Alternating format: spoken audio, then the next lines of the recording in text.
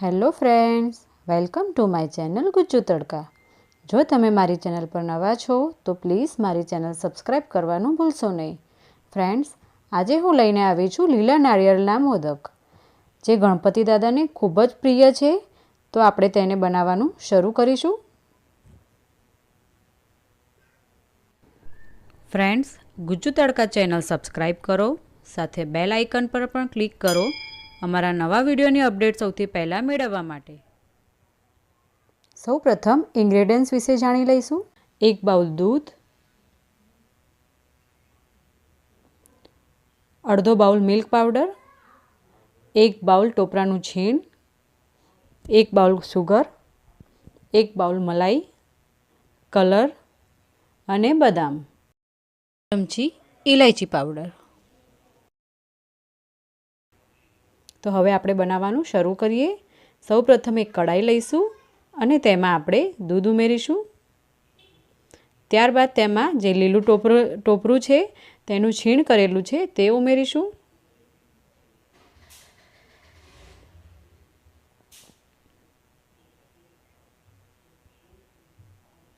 થી ગરમ થઈ ગયું છે બરાબર અને ઉકળવા માંડ્યું છે, તો આપણે આવી રીતના સાઈડની બધી કિનારીઓથી ઘસીને લઈ લેવાનું છે. ત્યારબાદ મલાઈ ઉમેરી દઈશું. આપણે મિલ્ક પાવડર પણ ઉમેરી દઈશું સાથે સાથે અને તેને બરાબર મિક્સ કરી લઈશું.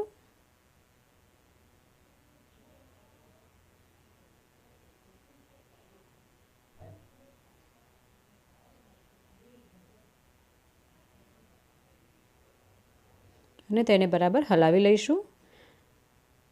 તમે જોઈ શકો છો એકદમ ઘટ થઈ ગયું છે. તો હવે તેમાં આપણે ખાંડ ઉમેરી દઈશું અને બરાબર હલાવી લઈશું.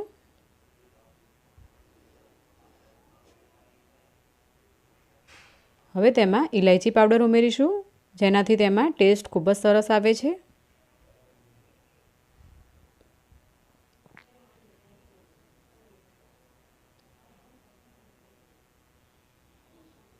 અને તેને ઘટ થાય ત્યાં સુધી આપણે ચડવા દેવાનું છે.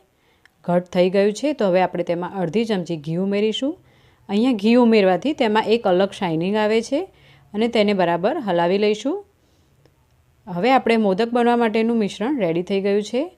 તો હવે આપણે તેને ઠંડુ કરવા મૂકી દેવાનું છે.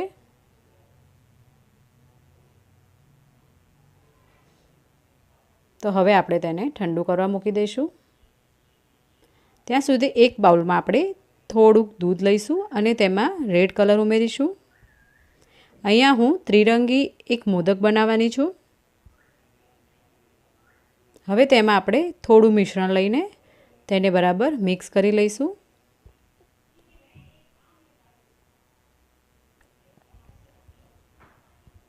ત્યારબાદ બીજી અડધી ચમચી બીજું દૂધ લઈશું અને તેમાં ગ્રીન કલર ઉમેરીશું અને તેને બરાબર મિક્સ કરી લઈશું. તેવી જ રીતે આપણે ગ્રીન કલરમાં પણ એ જ પ્રોસેસ કરવાની છે.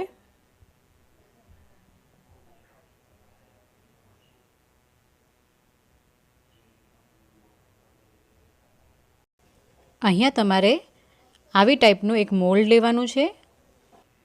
તેને આપણે બંધ કરીને સૌપ્રથમ રેડ કલર ઉમેરીશું અને તેને બરાબર દબાવી લઈશું અંદર. ત્યારબાદ જે વ્હાઈટ મિશ્રણ હતું તે ઉમેરીશું અને એને બરાબર દબાવી લઈશું.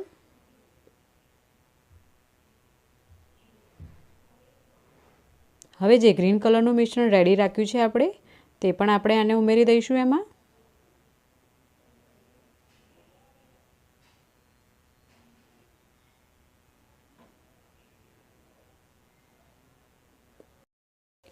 ત્યાં સુધી આપણે અહીંયા નાનું મોલ્ડ લીધેલું છે, તો આપણે નાના મોદક પણ રેડી કરી લઈશું. વચ્ચે આપણે એક બદામ મૂકી દઈશું અને આ રેડી થઈ ગયું છે. તો આપણે તેને આવી રીતના ખોલીને હળવા હાથેથી લઈને મૂકી દઈશું અને આવી રીતના બધા મોદક આપણે રેડી કરી દઈશું.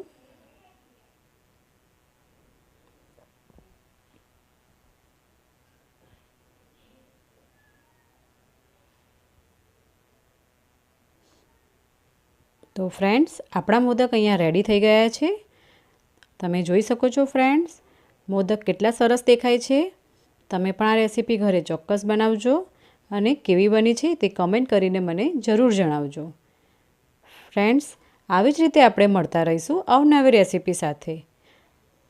તમે જો મારી ચેનલ પર નવા હો તો પ્લીઝ મારી ચેનલ લાઇક, શેર અને સબસ્ક્રાઈબ કરવાનું ભૂલશો નહીં. ત્યાં સુધી થેન્ક યુ.